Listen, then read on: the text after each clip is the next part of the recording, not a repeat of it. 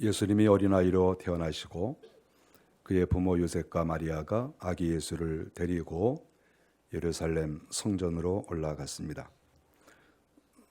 성경 22절에 보면 정결 예식의 날이 왔다고 했습니다. 정결 예식의 날이라고 하는 것은 이스라엘 나라의 여인이 아기를 낳게 되면 그 아기를 낳은 어머니를 아직은 몸이 깨끗하지 않다고 해서 부정하다 이렇게 생각을 하고 있고, 그리고 때가 되면 성전에 올라가서 하나님께 제사를 지내는 그러한 예식이 되겠습니다. 아기를 낳았을 때 남자 아이가 나면은 어머니는 40일 동안 기다렸습니다. 여자 아이를 낳게 되면 배가 되는 80일 동안 또 기다렸다가 하나님께 가는 것이지요. 엄마는 그동안의 외출과 성전 예배가 금지가 됩니다. 아기를 낳은 다음에 그만큼 조심을 했다고 하는 것입니다. 그 부정한 기간이 지나서 예수님의 그 어머니는 예수님이 남자이니까 40일 정도가 되었을 때 정결 예식을 하기 위해서 예루살렘 성전에 올라갔다, 이렇게 성경에 기록이 되었습니다. 정결 예식을 행할 때에는 두 가지 예식이 있는데 번제와 속죄제를 드립니다. 번제는 하나님께서 우리 가정에 이렇게 훌륭한 아이를 주셨습니다. 그래서 감사와 헌신의 표시로 번제를 드리는 것이고, 속죄제는 부정함을 제거하기 위해서 하나님께 드렸습니다. 이 두 가지 제사를 다 드리는 것이죠. 출애굽기 13장 2절부터 12절에 보면은 또 다른 의미의 정결 예식이 있습니다. 성경에 보면 23절에 여기 나와 있는데, 첫 태에 처음 난 남자마다 주의 거룩한 자라. 정결 예식을 드리긴 드리는데 특별히 첫 번째 난 아들, 그 아들은 주의 거룩한 자라고 해서 더 중요한 의미를 갖게 되고, 속전으로 5세계를 드렸다, 이렇게 민수기 3장 47절에 나와 있습니다. 그래서 이렇게 예수님의 부모님들도 예수님을 낳고 하나님께 나가서 제사를 드리게 되는데 경제적으로 넉넉하지 않아서 누가복음 2장 24절에 보면은 산비둘기 한 쌍이나 혹은 어린 집비둘기를 제사하려고 했다, 이렇게 말하는 것은 경제적으로 어려운 사람들이 드리는 그러한 제물이다 하는 것을 알 수가 있습니다. 예수님이 이렇게 태어나셔서 40일 정도 되어서 성전에 올라갔는데 신기한 일이 벌어졌습니다. 우리가 오늘 본문은 36절부터 보지만 그 앞에 보면 시므온이라는 사람이 있다고 나옵니다. 25절에 보면 시므온이라는 사람이 있는데 그가 아기 예수님을 만나고 깜짝 이렇게 놀랐습니다. 이분이야말로 우리가 기다리던 메시아다, 이렇게 생각을 했다는 것이죠. 25절에 보면 그는 의롭고 경건하였다. 이스라엘 나라라고 하는 당시의 이스라엘 나라는 정치적으로 종교적으로 사회적으로 상당히 부패하고 문란한 그런 시대라고 볼 수가 있습니다.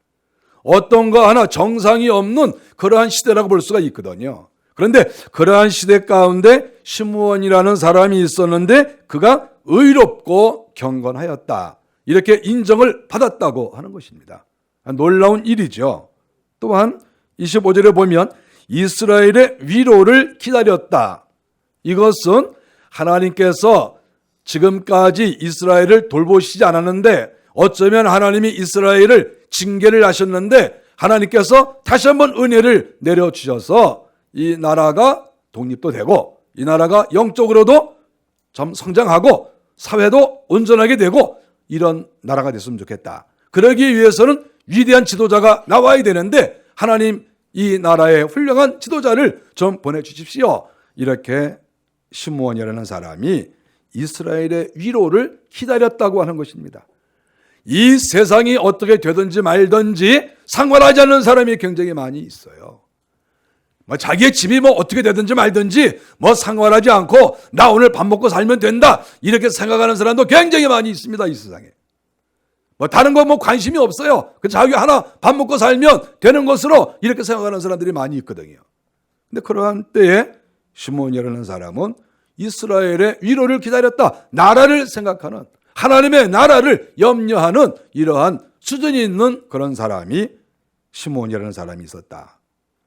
또한 성령이 그의 위에 계셨다. 이건 정말 놀라운 일입니다. 우리가 성경에 어떤 사람을 향하여 그 위에 성령이 임했다 이렇게 나오는 말씀은 그렇게 쉽지 않습니다. 우리가 이렇게 성령이 이스라엘 위에 있다, 성령이 보좌 위에 있다 이렇게 말하는 것은 좀 이해가 되지만, 한 사람을 집중적으로 이렇게 조명을 하고 그 사람 위에 성령이 임했다, 성령이 계셨다 이렇게 말하는 것은 이거는 당시에 상당한 수준에 있는 사람이라는 것을 알 수 있습니다. 우리가 이분이 어떠한 직책을 가지고 있는지 확실히 알지 못합니다. 그러나 분명한 것은 이분은 당대 최고 수준의 영적인 사람인 것만은 확실합니다. 우리가 성경을 볼 때 대제사장인 어떤 제사장 위에 성령이 임했다고 기록된 것이 없어요. 그런데 여기에 이렇게 예수님께서 정결례식을 행하기 위해서 성전에 올라갔을 때 예수님을 마주본, 그리고 예수님을 알아본 그 사람이 바로 성령이 그 위에 계셨다 이렇게 말한 사람이라고 하는 것이죠. 성령이 위에 계시니까 아기를 보고도 이 아이가 하나님이 보내신 분이시고 메시아이시고 장차 이스라엘을 구원할 자다, 이것을 알아본 거 아니겠어요? 우리가 사람이 나이가 들면 어느 정도는 알 수 있거든요. 우리가 사람 보면 다 알아. 이렇게 보면 서로 저 사람 어떤 사람, 저 사람 어떤 사람, 이거 되게 압니다. 한 3개월, 6개월만 지나도 알고, 1년만 지나면 많이 알고, 3년 지나면 속속들이 알고 그런 거예요. 한 3년 지나면 더 이상 볼 것도 없어요. 그냥 그 사람은 어떤 사람, 금방 이렇게 나오는 거예요. 그런데 여기에서 시몬이라고 하는 사람은 그 아기 예수님을 보고, 그 얼마나 어립니까? 근데 그 40일밖에 되지 않은 그 어린 아이를 딱 보고 이 아이가 메시아다, 이 아이가 장차 이 나라를 구원할 자다 이렇게 보았다고 하는 것은 영적으로 상당히 수준이 있는 그런 분이라고 하는 것을 알 수가 있습니다. 똑같은 남자라도 같은 것이 아니고, 똑같은 제사장이라고 같은 것이 아니고, 이렇게 특별히 영적으로 깨어있는 그런 사람이 이스라엘 나라에 있었다. 그리고 성전에서 예수님을 알아보았다. 이렇게 성경에 기록이 되어 있습니다. 정말 훌륭한 그러한 사람이라고 볼 수 있습니다. 저는 오늘 이 유명한 시므온이라고 하는 분보다 그 다음 분을 제가 조명을 하는 것이죠. 우리가 성경에서 어떠한 인물을 기록할 때 항상 맨 앞에 나오는 사람이 우월합니다. 그 다음 나오는 사람은 앞에 있는 사람보다는 좀 떨어지는 것이 사실입니다. 제가 지금까지 성경 연구해 보면 이건 이 어떤 구조가 그렇게 돼가고 있어요. 그래서 앞에 나오는 시므온이라고 하는 이 사람보다는 조금 격이 떨어질지 몰라도 역시 상당한 수준의 영적인 여성이 있었다고 하는 것을 가르쳐 주고 있습니다. 오늘 성경 36절에 보니까 아셀 지파 바누엘의 딸 안나라고 하는 선지자가 있었다 이렇게 말합니다. 안나라고 하는 선지자가 있었다. 그에 대해서 말하기를 그녀는 결혼하고 남편과 7년을 살았다. 그리고 남편이 죽어서 지금은 나이는 84세다 이렇게 기록을 하고 있습니다. 우리가 성경에서 어떤 사람에 대해서 기록할 때 그 사람이 남편하고 몇 년 살았다 이렇게 기록하는 것이 쉽지 않습니다. 왜 이렇게 기록을 해 두었을까요? 이 여성은 보통 사람이 아닌 거죠. 우리가 어떤 경우에는 우리가 여성의 이름을 기록하지 않는 경우도 많아요. 그냥 누구 아내 이렇게 하는 경우도 많습니다. 근데 여기에서는 이름도 있고 또 선지자라고 붙어 있고 또 어느 지파 아버지가 누구 이것까지 명시했다고 하는 것은 그의 신원을 밝혔다고 하는 것은 상당히 지금 현재 이스라엘 내에서 여성 가운데 손가락으로 꼽을 수 있는 정도의 영적 수준이라고 하는 것을 가르쳐 줍니다. 그렇지 않고서는 이렇게 기록할 수가 없어요. 성경은 한 단어 한 단어, 한 문장 한 문장을 기록할 때마다 성령께서 역사하셔서 기록하셨기 때문에 아주 이것은 세밀한 것이고 하나님의 의도가 여기에 다 담겨 있는 거예요. 그랬을 때 아셀 지파 바누엘의 딸 안나라고 하는 선지자가 있다 이렇게 말하는 것은 이 여성은 보통 분이 아니고 이스라엘 나라에서 정말 손을 꼽을 수 있는, 바로 앞에 나온 시므온이라고 하는 이 남성보다는 조금 격이 떨어지지만 그래도 웬만한 남자가 당할 수 없는 그런 높은 수준의 여성이라고 하는 것을 우리가 알 수 있습니다. 우리가 여자 무시하면 안 돼요. 남자들도 여자보다 못한 남자가 많습니다. 그렇지 않습니까? 남자들 뭐 다 자기가 여자보다 우월합니까? 우월한 게 별로 없어요. 여자보다 우월한 사람이 많지 않습니다. 우리가 여기 나오는 이 여성, 이 안나를 보면 정말 상당한 그런 여성이고, 이스라엘에 얼마나 남자들이 많겠습니까? 근데 왜 그 사람들 뭐 얘기 별로 하지 않고 이렇게 안나 이야기를 했겠습니까? 그만큼 이 안나가 영적으로 상당한 수준에 이르렀다는 것이고, 예수님을 만난 사람의 남성 대표, 여성 대표 이렇게 거론이 될 정도의 아주 유력한 여성이라는 것을 가르쳐주고 있습니다. 당시에 여성들이 결혼한 연령이 15, 16세 정도 됩니다. 이스라엘 나라에서 그때 당시 그랬습니다. 그러니까 결혼하고 나서 한 23, 24살쯤 돼서 과부가 된 거죠. 그리고 나서 그때부터 60년 동안 혼자 살면서 하나님을 섬기고 늘 성정 중심으로 살았다고 하는 거예요. 이거 사실 쉽지 않습니다. 우리가 남자나 여자나 마찬가지입니다.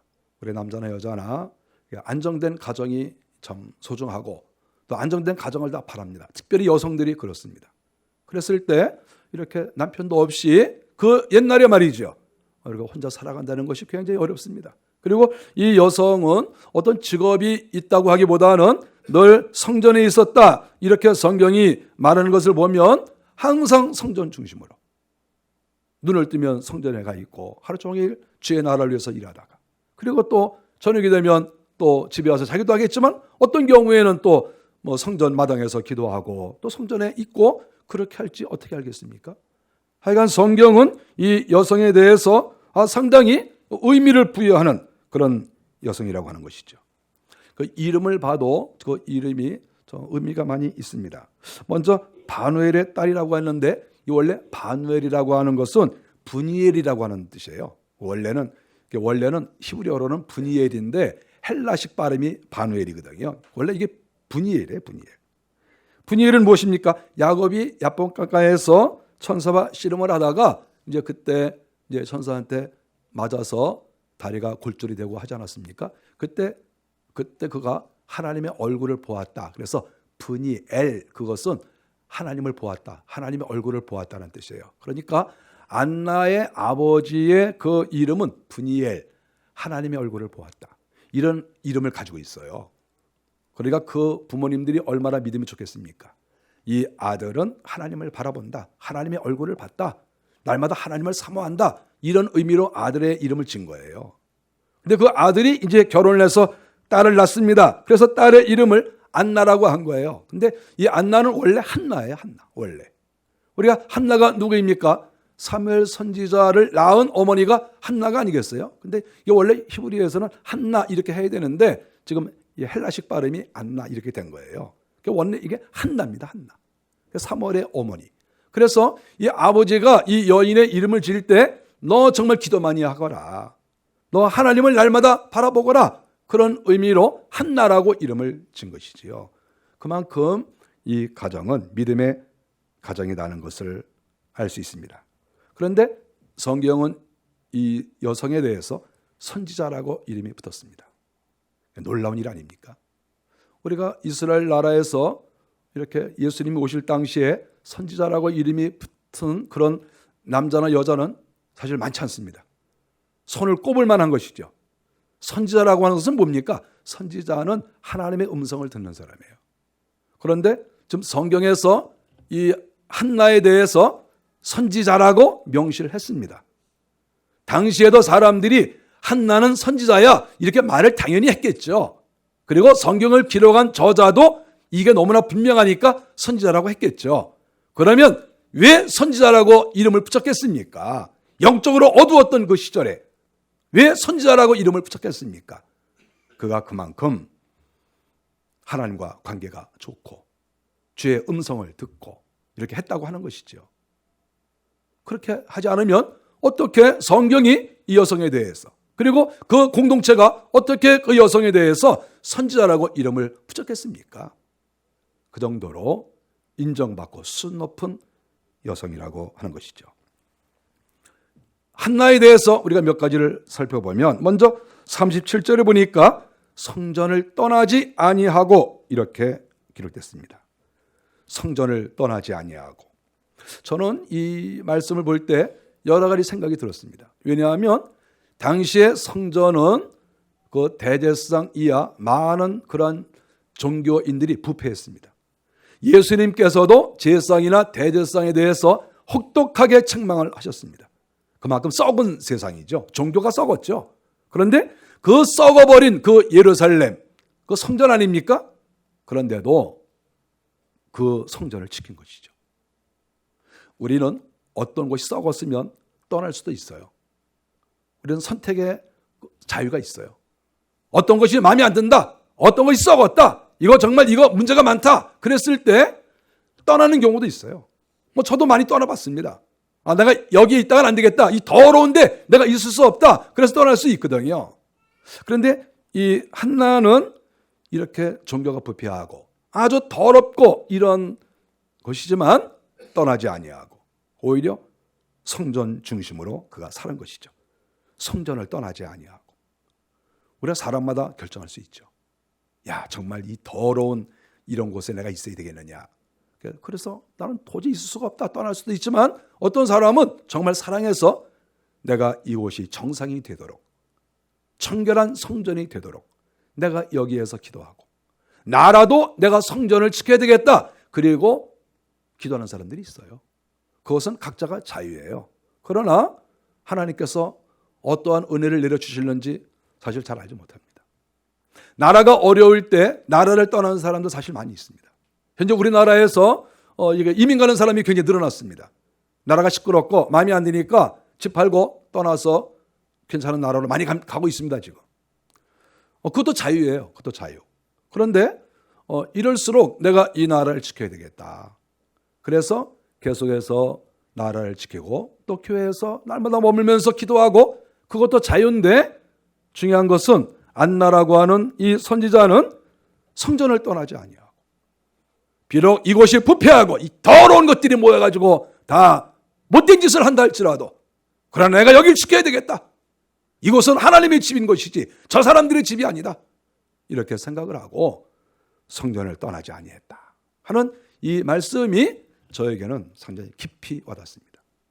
사실 이 남성과 여성에 대해서 차별을 두는 것은 썩 그렇게 좋은 것은 아니지만, 대개 남성들은 좀 의지가 있고 좀 무거운 편이지 않습니까? 그렇다고 하는 것이지 남자가 다 그렇다는 건 아니고, 대개 남자들이 좀 무거운 편이죠. 그래서 이렇게 뭐들 떠나고 그러는 거 잘 안 떠납니다. 그냥 있읍시다, 그냥 있읍시다, 이렇게 하는 거죠. 여성들은 아무래도 이렇게 아주 센스가 있고 감정이 또 풍부하니까 떠나자고 그럴 수도 있어요. 그런데 여기에 이 여성인 이 한나는 성전을 떠나지 아니하고 했을 때 저는 여러 생각이 있는 거예요. 이 한나가 보통 여자가 아니구나. 오랫동안 과부로 있으면서도 늘 하나님을 섬기고 몸된 나라를 또 성전을 위해서 이렇게 날마다 애를 쓰고, 그 부패한 대제사장과 제사장들을 보면서도 조금 더 낙심하지 않고 끝까지 내가 성전을 지켜야 되겠다. 저 사람들이 저렇게 더럽고 못될수록 나라도 성전을 지켜야 되겠다. 그리고 날마다 하나님 앞에 기도하는 성전 중심의 이러한 신앙생활을 볼 때 역시 보통 여성이 아니고 이런 여성들이 이스라엘 나라에 많이 있어야 되겠고, 또 오늘날에도 이런 성전 중심의 그런 성도들이 많이 있다고 하면 그 교회가 얼마나 든든하게 서나갈까, 그런 마음도 갖습니다. 37절에 계속해서 말합니다. 주야로 금식하며 기도함으로 섬기더니. 성전 중심의 생활을 하는데 과연 그러면 성전에 나와서 무엇을 하느냐 하는 것도 사실은 중요합니다. 그 자리에 있는 것도 중요하지만 하고 있는 일이 무엇인가도 중요하죠. 한나는 성전에 왔는데 주야로 금식하며, 주야로 그가 낮에는 금식한다고 그러다가 밤에는 기도하면서 간식 먹고 그렇게 한 게 아니죠. 다른 사람 볼 때는 다 금식을 한 줄 알았는데 밤 12시 1시만 되면 라면 끓여 먹고 또 통닭 시켜 먹고, 그러면 그거는 주야로 금식하며 이렇게 하는 게 아니라 낮에는 금식하며 이렇게 이제 기록을 해야 되는데 밤에까지 이렇게 금식하면서 아주 기도에 힘썼다고 하는 거예요. 기도함으로 섬기더니 그가 교회에 나온 목적은 기도인 거죠. 기도. 내가 교회에 나와서 청소할 수도 있고 사람들과 교제할 수도 있고 여러 가지 할 수 있습니다. 다 할 수 있는데 지금 이 한나가 가장 집중적으로 행한 일은 기도하는 일이죠. 나라를 위해서. 예루살렘 성전이 바로 서기 위해서. 또 주의 종들을 위해서. 또 이스라엘 나라 얼마나 기도거리가 많습니까? 그분들을 생각하면서 기도했던 여성이다. 사실 이 정도 되니까 성경에 나오는 것이지 이스라엘 나라의 여성이 수백만 명인데 그 사람들 왜 이름이 안 나오겠습니까? 이렇게 특별히 다른 사람과 다르게 최선을 다해서 주님을 섬기니까 그의 이름도 나오고 그리고 그가 어느 지파인지 아버지 이름까지도 성경에 기록이 됐다고 하는 것이죠. 이 여성이 얼마나 하고 싶은 일이 많겠어요? 한번 여러분들 한번 물어보세요. 이 한나는 20살 초반에 과부가 됐다고 우리가 보고 있는데 20대, 30대, 40대 이 젊었을 때 사실 놀고 그러는 거는 젊은 사람만 좋아하는 게 아니라 나이 들어도 똑같아요. 그렇지 않습니까? 다 예쁜 옷을 입는 거 좋아하고 그건 나쁜 건 아니에요. 또 맛있는 음식을 먹는 걸 좋아하고 여기저기 관광 가는 거 좋아하고 싫은 사람 별로 없어요. 그리고 그것이 꼭 잘못됐다는 것도 아니에요. 그런데 이렇게 젊었을 때부터 당시에 이스라엘 사람들이 유흥을 즐기고 로마 문화에 익숙해져서 로마 사람들과 별반 다르지 않게 활동을 다 하고 있는데 그 젊음을 말이죠. 자기의 인생을 성전에 들어가서 늘 기도하고 하나님 바라보고 주의 나라와 이스라엘 나라를 위해서 늘 기도하고 이 사람들 갖고 안 되겠으니 하나님께서 메시아를 좀 보내주세요. 이 사람들 가지고 안 됩니다. 하나님 좋은 사람 보내주세요. 그러면서 하나님께 매달려서 기도하는 이런 모습을 볼 때 보통 여성이 아니구나 그런 마음을 갖게 됩니다. 그리고 그가 아기 예수를 보고 메시아인 것을 금방 알아봤습니다. 얼마나 놀랍습니까? 예수님의 어머니가 마리아가 예수님을 안고 성전에 들어갔더니 이 여성이 말이죠. 먼저는 시므온이라고 하는 그런 사람이 와서 보더니 이 아이가 장차 이 나라를 건질 메시아구나. 이걸 딱 알아본 거예요. 시므온하고 한나하고 친했겠습니까? 안 친했겠습니까? 다 이게 하나님 나라를 위해서 일하는 사람이니까 성전에서 맨날 뱅뱅 돌고 하니까 알았겠죠. 그러니까 또 한나한테 가서 한번 저 애가 하나 왔는데 한번 가서 보라고. 이스라엘에 애가 한두 명 오겠어요? 하여간 40일만 되면 남자아이들 다 몰려오니까 하루에도 여러 명 올라올 수 있죠. 그런데 또 한나한테 가서 보라고. 그러니까 한나가 딱 보더니 깜짝 놀라면서 이 아이가 메시아이시고 하나님께서 우리에게 보내주신 하나님의 사람이다. 이것을 한나가 금방 이렇게 알아봤다고 하는 것입니다. 이것은 늘 기도한 사람만이 알 수 있고 영적으로 깊은 단계에 들어갔어야만이 예수님께서 메시아이신 것을 알아볼 수 있다고 하는 것이죠. 우리 주님이 어떤 분이시라고 하는 것을 그 어린아이 하나 두고 정확하게 꿰뚫어보고 있었다 하는 것입니다. 당시에 이스라엘 나라의 대제사장이나 또 제사장들, 서기관들이 예수님이 메시아인 것을 몰라봤습니다.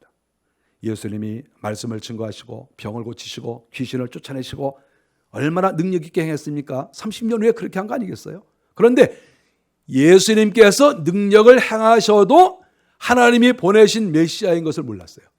당시에 제사장 서기관들이, 이 한심한 사람들이. 그런데 이 아기는 아무것도 안 했잖아요. 우는 것밖에 안 했잖아요. 응아! 그거밖에 안 했잖아요. 그래서 히브리 말로는 어떻게 우는지 모르겠지만 어쨌든 응앙 그런 거 아니겠어요? 아니 예수님이 능력과 권세를 행해도 믿지 않았는데 그저 아기가 응아하고 울기밖에 안 하고 눈만 꺼벅꺼벅 했는데 그걸 딱 보면서 하나님이 보내신 메시아다. 장차 이스라엘을 구원할 자다. 이것을 알아봤다고 하는 것은 이 한나 선지자가 얼마나 영적으로 깊었느냐 하는 것을 알 수가 있습니다. 예수님이 태어나셨을 때 예수님의 고향 사람들도 예수님을 받아들이지 않았습니다. 예수님을 거절했죠. 그래서 예수님께서 고향에서 쫓겨났습니다. 그러면 고향 사람들도 몰라봤어요. 그런데 이렇게 딱 한 번 본 한나 선지자가 이 아이는 보통 아이가 아니고 하나님께서 우리에게 보내신 자다라는 것을 알았다고 하는 것은 얼마나 기도를 많이 했으면, 얼마나 성령께서 그와 함께 했으면 이렇게 알 수가 있는가 하는 것이죠. 예루살렘에 있다가 다 똑같은 사람이 아니고, 여성이라고 해서 다 똑같은 사람이 아니고, 이렇게 한나는 순 높은 그런 사람이라고 하는 것이죠. 38절에 보니까 그가 하나님께 감사하고 성령의 지시로 아기 예수가 메시아인 것을 깨닫고 반사적으로 하나님께 감사한 것이죠. 성령이 가르쳐 주신 것이죠. 메시아다. 그러니까 하나님 감사합니다. 왜 감사했겠습니까? 기다렸기 때문에 감사한 것이죠. 그러니까 마음으로 기다린 거예요. 하나님 언제 메시아를 보내실 겁니까? 어떤 방법으로 보내실 것입니까? 늘 마음속에서 나라를 생각하고 이스라엘을 생각하고 성전을 생각하고 종교를 생각하고 믿음을 생각하면서 계속해서 갈증을 느끼면서 하나님께 기도했는데 그것이 앞에 딱 이렇게 나타난 거예요. 선물이 딱 나타난 거죠. 그러니까 너무나 이렇게 좋아한 거예요. 자기가 바라던 메시아가 왔으니까 기뻐한 거예요. 그래서 두말 않고 보자마자 하나님께 감사를 한 것이지요. 한나에게 예수 그리스도는 정확한 선물입니다. 가장 바라던 선물이죠. 사람들마다 자기가 받고 싶은 선물이 있습니다. 누구나가 다 있죠. 여러분들 가족들끼리 물어보십시오. 남편은 아내에게 이번 크리스마스 때 어떤 선물을 해줬으면 좋겠느냐. 또 아내는 남편에게 똑같이 물어보시고 서로 물어보십시오. 늘 선물을 많이 해주시는 분은 그럴 필요 없겠지만 그래도 어쩌다가 선물하시는 분은 물어보시고 필요한 것을 해주세요. 필요한 것을. 지금 나는 예를 들어서 백이 갖고 싶은데 옷을 이만큼 사갖고 와서 이거 입어라 그러면 선물해 준다고 하니까 막 가슴이 막 이렇게 떨려가지고 심장이 쫄깃쫄깃해져가지고 막 이렇게 백이 오나 막 기다리고 있는데 옷을 한 보따리 딱 갖고 왔는데 그것도 나하고 맞지도 않는 옷을 갖다 준 거야. 그러면 그 선물이 원수 덩어리가 됩니다. 집어 던지죠. 누가 이거 좋아한다고 했느냐. 그렇지 않겠어요? 그래서 선물은 자기 마음대로 사주는 게 아니라 원하는 것을 사주는 거예요. 원하는 걸. 그러니까 물어봐야 돼요. 그러니까 저는 선물할 때 꼭 물어봅니다. 어떤 걸 원하느냐. 원하는 걸 사라. 원하는 걸 내가 사주겠다. 그렇게 하지 제가 사다가 갖다 준 적은 거의 없습니다. 어떤 사람들은 사다가 줘도 좋다 그러는데 저는 어쩌다가 그렇게 하고 대부분은 물어봅니다. 근데 물어보지 않아도 무조건 좋아할 만한 것도 있죠. 그런 건 괜찮아요. 그런 거. 고가의 물건이다. 그런 거는 물어보지 않아도 갖다 주면 좋아합니다. 지금 한나 선지자가 마음속에 가장 원했던 게 뭡니까? 이 84세 된 이 여성이 늘 어떤 선물을 받고 싶은데 어떤 선물을 받고 싶었겠어요? 좋은 남자가 하나 생겼으면 좋겠다. 이런 생각을 했을까요? 그런 생각 할 수도 있어요. 여러분 84세 됐다고 무시하지 마세요. 여성은 여성이고 남자는 남자인 거 사람은 사람인 거예요. 여러분 무시하지 마세요. 그래서 멋있는 남자가 왔으면 좋겠다. 이 마음이 있을 수도 있어요. 근데 그 마음이 좀 없는 거잖아요. 지금 있을 수는 있지만 내가 좋은 옷을 한 벌 가졌으면 좋겠다. 그런 소원이 있을 수도 있어요. 사람마다 소원이 다 있어요. 그런데 이 한나라는 이 과부는 어떤 소원을 가졌겠어요? 이스라엘 나라에 하나님께서 위대한 인물을 좀 보내줬으면 좋겠다. 이 나라를 건졌으면 좋겠다. 이런 소원을 가지고 있는데 하나님께서 어린 아이 예수 그리스도가 그 앞에 딱 이렇게 나타나도록 하셨기 때문에 너무 기쁘고 감사해서 하나님께 감사를 했다 하는 것이죠. 너무 기뻐서. 왜냐하면 자기가 기다리던 것이니까. 드디어 하나님께서 내 기도를 응답하셔서 메시아를 보내셨습니다. 이렇게 감사하지 않았겠습니까? 그리고 그는 성경에 보니까 이스라엘의 속량을 바라는 모든 사람에게 아기 예수에 대해서 말했다. 이렇게 38절에 나옵니다. 단순하게 감사한 것뿐만 아니라 예루살렘 성전에 머물면서 성전에 매일같이 수백 명, 수천 명의 사람들이 올라올 거 아니겠습니까? 그럼 그 사람들에게 소식을 전하는 것이죠. 내가 오늘 메시아를 봤다. 누굽니까? 아기 예수다. 아기가 어떻게 이 나라를 건집니까? 이 아이가 잘할 것이 아닙니까? 우리가 앞으로 20년, 30년을 기다려봅시다. 그러면 분명히 그가 활동했을 때 이 나라가 바로 설 것입니다. 그리고 지금 한나는 성경에 나타난 것처럼 만나는 사람마다 예수 그리스도를 증거하고 우리나라는 이제 소망이 생겼습니다. 앞으로 이 30년만 지나면 이 아기가 자라서 활동할 터인데 그때는 하나님의 말씀이 증거되어지고 병든 자가 치료되어지고 귀신이 쫓겨나가고 하나님의 나라가 이루어질 것입니다. 그러면서 한나는 모든 사람에게 아기 예수에 대해서 말을 했다. 이렇게 성경이 기록하고 있습니다. 우리가 이 여성을 볼 때 이 여성은 정말 완벽한 영적인 하나님의 사람이라는 것을 여기에서 발견할 수가 있습니다. 저는 이런저런 생각을 해봤습니다. 만일에 그때 당시에 이스라엘 나라의 인구가 만일에 300만 명이었다. 예를 들어서 그렇다고 하면 여성의 수는 반쯤 되지 않겠습니까? 150만 명이다. 그러면 이 150만 명의 여성들이 있었을 때 그 여성들 중에서 믿음 좋은 순서대로 한 줄로 쭉 세웠다. 저는 그런 걸 좋아해요. 줄 세우는 걸. 한 줄로 쭉 세웠다고 한번 가정을 한번 해보십시오. 그랬을 때 이 여성은 150만 명 중에서 한 몇 번째 줄에 서 있을까? 150만 명 중에서. 그런 생각을 해본 거예요. 그가 이렇게 훌륭하지 않으면 성경에 이렇게 소개를 했겠어요? 그가 어떤 가문인지, 그가 어떻게 생활을 했는지, 또 예수님을 만난 이후에 어떻게 활동을 했는지 그거 기록했겠어요? 그만큼 하나님 보실 때 이 여성은 보통 여성이 아니다. 그래서 이렇게 기록한 게 아니겠습니까? 제 생각에는 최소한도 10손가락 안에 드는 그런 여성이 아닐까 이렇게 생각합니다. 그 앞에 나오는 시므온도 10손가락 안에 들고 또 한나도 10손가락 안에 들고 여기 나오는 이 남녀 지금 이스라엘의 대표성이 있는 이분들은 당시에 제사장, 서기관 별별 사람들이 다 있지만 그런 사람들 상관없이 하나님께서 함께 하시고 성령이 그 위에 계시는 그리고 성령께서 비밀을 가르쳐 주시는 그러한 영적인 인물로서 10손가락 안에 드는 사람이다. 저는 이렇게 마음속으로 생각을 합니다. 아마 그럴 것입니다. 하나님 앞에서는 남녀가 필요가 없습니다. 남성도 여성도 누구든지 하나님 앞에 귀하게 쓰임을 받을 수가 있는 것이죠. 나이가 어리거나 나이가 많거나 그것도 상관이 없습니다. 어떤 가문이든지 그것도 상관없습니다. 하나님 앞에 바로 사는 사람, 그 사람에게 하나님께서 은혜를 주시고 그 사람에게 예수님을 만나게 하는 축복을 주신 거예요. 예수님의 어머니가 정결 예식을 행하기 위해서 예루살렘 성전에 갔는데 마침 이 두 사람과 딱 마주친 거예요. 이것은 그만큼 시므온과 한나가 하나님 앞에 사랑받은 사람이라 예루살렘 성전에 왔을 때 만나본 그러한 주인공이 되었다 하는 것이지요.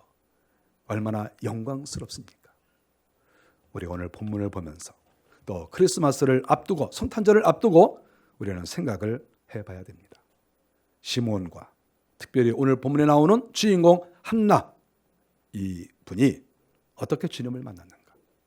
항상 주님을 사랑하고 성전 중심으로 살아가고 늘 기도에 힘쓰고 또 이스라엘 나라가 하나님 앞에 회복이 되기를 바라는 그러한 마음으로 살고 있었기 때문에 예수 그리스도가 그 앞에 등장한 것이고 첫 번째 얼굴을 볼 수 있는 영광을 그들이 얻었다 하는 것을 성경이 가르쳐주고 있습니다. 우리가 며칠만 지나면 성탄절을 지킵니다. 성탄절을 이렇게 지키는 거 귀합니다. 그러나 그저 즐거운 날, 주님이 오신 날 이렇게 지내는 것은 너무 억울하지 않습니까? 그냥 우리가 지날 겁니까? 성탄절을 맞이할 때마다 정말 진정한 성도라고 하면 하나님 앞에 기도하는 것이 필요합니다. 하나님, 제가 이번 성탄절에 선물을 받기를 원합니다. 남편한테 선물 받기를 원합니다. 아내한테 받기를 원합니다. 자녀들한테, 부모한테 받기를 원합니다. 이것도 귀한데 그런 거 좀 내려놓으시고, 그러면 내려놓으십시오. 그리고 이번 성탄절 때 주님의 얼굴을 뵙기를 원합니다. 내 앞에 좀 나타나 주세요. 이렇게 하는 게 더 멋지지 않겠습니까? 그저 이렇게 늘 무지에만 욕심이 많아가지고 누가 뭐 하고 왔는데, 누가 뭐 하고 왔는데 나도 좀 했으면 좋겠다. 매일 거기에 신경을 쓰니까 주님이 안 나타나세요. 그걸 좋아하니까. 내가 좋아하는 것이 내 앞에 등장하게 돼 있다니까요. 이게 영적 원리예요. 제가 평생을 살아보니까 이게 맞아요. 내가 늘 거기에 뜻을 두고 그 길을 가고 싶어하면 그 길을 가게 돼요. 그게 내게 돼요. 저는 수도 없이 그런 경험을 했어요. 그랬을 때 우리가 정말 핵심적이고 가장 소중한 것에 목표를 둬야 되는 거 아니겠어요? 예수 그리스도에게 목표를 두고 우리 주님을 만나보고 주님과 깊은 교제를 나누는 것이 나에게 최고의 소원이다. 만일에 그런 마음을 가지고 나가면 주님의 앞에 나타나십니다. 주님의 은혜를 주시고 성령께서 그 위에 머물러 계셨다 하는 그 말씀이 나에게도 이루어진다고 하는 것이지요. 저는 그것을 평생을 살면서 수도 없이 경험을 했습니다. 저도 주님을 좋아하거든요. 저 진짜 주님 좋아하거든요. 주님 좋아한다고 하니까 주님이 자주 나타나세요. 제가 물질을 막 이렇게 좋아하면 물질이 막 이렇게 나타나요, 저한테. 여러분도 그러시죠? 물질을 막 좋아해 보세요. 물질이 막 나타나요. 이성을 좋아하면 이성이 막 나타나요, 앞에. 우리 주님을 좋아해 보세요. 그럼 주님이 막 나타나는 거예요. 이게 영적 원리예요. 이번 성탄절에 여러분들이 어떤 선물을 받든지 좋은 선물을 받으십시오. 근데 가장 좋은 선물은 예수 그리스도를 만나는, 예수 그리스도가 내 속에 계시고 성령께서 내 머리 위에 계시는 이것보다 더 큰 선물은 없습니다. 여러분들이 이번 성탄절에 그런 귀한 선물을 받으시기를 간절히 바랍니다. 기도하겠습니다.